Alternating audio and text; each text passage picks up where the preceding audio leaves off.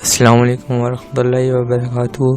امید کرتا ہوں آپ سب لوگ خیریت سے ہی ہوگے۔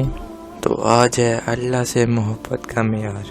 تمام عبادات کی غایت اللہ کا قریب اور اس کی محبت ہے، اس لیے کہ بندے کا مطلوب اللہ عز و جل ہے۔ اس طرح اللہ کی محبت انسانی زندگی کا مقصد اعلیٰ ہے۔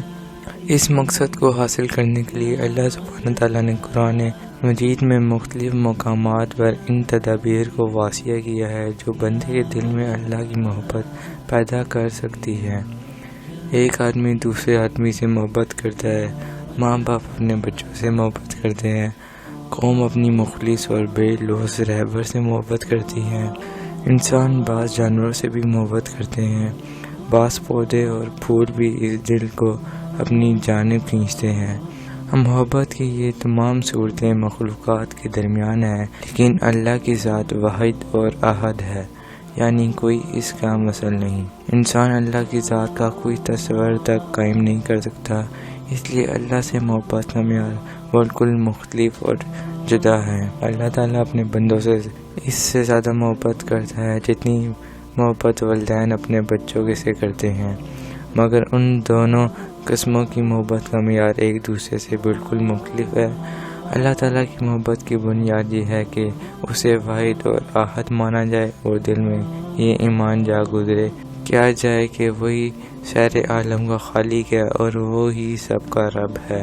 اس کی ربوبیت کا کوئی شریک نہیں ہے، وہی زندہ رکھتا ہے، وہی رزق دیتا ہے، وہی تندرست رکھتا ہے، وہی شفا دیتا ہے۔ اس کا مطلب یہ ہے کہ ان تمام صفتوں کی غیر اللہ سے نسبت کی نفی کی جائے، کیونکہ صرف اللہ وہی ان کا مستحق ہے۔ انسان کا یہ مقام ہے کہ وہ اللہ کے سوا تمام دوسروں طاقتوں پر تنش سے دامن کو آلودہ نہ کرے اور اللہ کے علاوہ کسی دوسری ہستی سے کوئی امید نہ رکھے۔ اس طرح تمام غیر اللہ سے منہ موڑ کر صرف اللہ کا ہو رہے۔ ایک حدیث ہے کہ اللہ نے فرمایا، جب میرا بندہ نوافل کے ذریعے سے میرے قریب جاتا ہے تو میں اسے محبت کرتا ہوں، حتیٰ کہ میں اس کے کان بن جاتا ہوں اور وہ مجھ سے سنتا ہے، اس کی آنکھیں بن جاتا ہوں اور وہ مجھ سے دیکھتا ہے، اس کے ہاتھ بن جاتا ہوں اور وہ مجھ سے پکڑتا ہے، وہ مانگتا ہے تو میں اس کی عطا کرتا ہوں، اور جب میرے پاس پناہ چاہتا ہے تو میں اس کو پناہ دیتا ہوں۔ یہ ساری صفات بندے میں نوافل کے ذریعے پیدا ہوتی ہے۔ اس سے معلوم ہوا کہ اللہ کی محبت کا معیار یہ ہے کہ اس کے ایک کام کی بے چون و چارہ اور بے رسا ورغب تعمیل کی جائے، یہی اس کی محبت کا معیار ہے اور اسی ذریعے سے اس کی محبت حاصل کی جا سکتی ہے۔ چنانچہ قرآن حکیم میں اس نقطے کو اللہ تعالیٰ نے نہایت واضح الفاظ میں یوں فرمایا کہ اگر بندہ چاہتا ہے کہ اللہ اسے محبت کرے تو وہ اللہ کے رسول صلی اللہ علیہ وسلم کی کامل اور مکمل اطاعت کریں۔ جن باتوں کا رسول صلی اللہ علیہ وسلم نے حکم دیا ان پر عمل، اور جن کاموں سے آپ صلی اللہ علیہ وسلم نے منع فرمایا ان سے باز رہے۔ اس کھلے ہوئے حکم کا مطلب یہ ہے کہ اللہ تعالیٰ سے محبت کا معیار یہ ہے کہ اس کے محبوب ترین بندے اور رسول صلی اللہ علیہ وسلم کی پیروی کی جائے۔ اگر کوئی بندہ نبی اکرم صلی اللہ علیہ وسلم کی اطاعت کے بغیر اللہ کی محبت مطمئن ہے تو وہ سخت گمراہی میں مبتلا ہے، اس لیے کہ اللہ کے نزدیک دین صرف اسلام ہے۔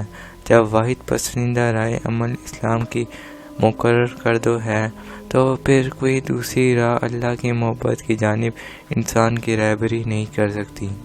غرض اللہ کی محبت کا معیار قرآن کے ایک کام پر عمل کرنا اور اس کے رسول صلی اللہ علیہ وسلم کی اطاعت کرنا ہے۔ یہی وسیلہ ہے جو انسان کے دل میں اللہ کی محبت پیدا کر سکتا ہے، اور اس کے ذریعے سے اللہ تعالیٰ بھی اپنے ایسے بندے سے محبت کرتا ہے۔ صحابہ کرام رضی اللہ عنہ نے اس بلند مقام پر فائز تھے کہ اللہ تعالیٰ نے خوش ہو کر ان کی توصیف فرمائی کہ اللہ ان سے راضی ہو گیا اور وہ اللہ سے راضی ہو گئے۔ محبت کا یہی واحد معیار ہے کہ جو اسلامی شریعت میں مطلوب ہے۔ اللہ تعالیٰ فرماتے ہیں کہ ہم تمہاری شہ رگ سے بھی زیادہ قریب ہے۔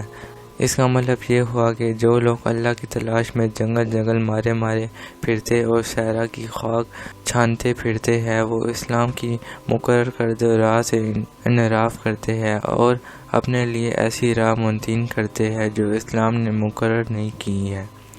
اسی طرح ایک اور مقام پر اللہ تعالیٰ فرماتے ہیں کہ میں بندے سے اس قدر قریب ہوں کہ وہ جو چاہے مجھ سے مانگے، جب وہ مانگتا ہے تو ہم اس کی دعائیں سنتے ہیں اور اس کی تمنائیں پوری کرتے ہیں۔ اس کا مطلب یہ ہوا کہ جو اللہ تعالیٰ سے محبت کرتے ہیں وہ ہمیشہ اسے اپنے قریب پاتے ہیں، یہاں تک کہ وہ کا ایمان اس بات پر ہوتا ہے کہ اگر وہ اللہ کا ذکر کرتے رہیں گے تو اللہ بھی انہیں ہر وقت یاد رکھے گا اور اپنی رحمتوں کی بارش کرتا رہے گا۔ ایک جگہ اللہ تعالیٰ نے ارشاد فرمایا، اور رنج و تکلیف میں صبر اور نماز سے مدد لیا کرو، اور بے شک نماز گراں ہے مگر ان لوگوں پر گراں نہیں جو عجز کرنے والے ہیں، جو یقین کیے ہوئے ہیں کہ وہ اپنے پروردگار سے ملنے والے ہیں اور اس کی طرف لوٹ کر جانے والے ہیں۔ تو اوکے دوستو، آئی ہوپ آپ لوگوں کو آج کی ویڈیو اچھی لگی ہوگی اور میری سمجھ بھی آئی ہوگی، اور تھینک یو 50 سبسکرائبرز کروانے کے لیے۔ میں آپ سے ملتا ہوں نیکسٹ ویڈیو میں، تب تک کے لیے ٹیک کیئر اینڈ اللہ حافظ۔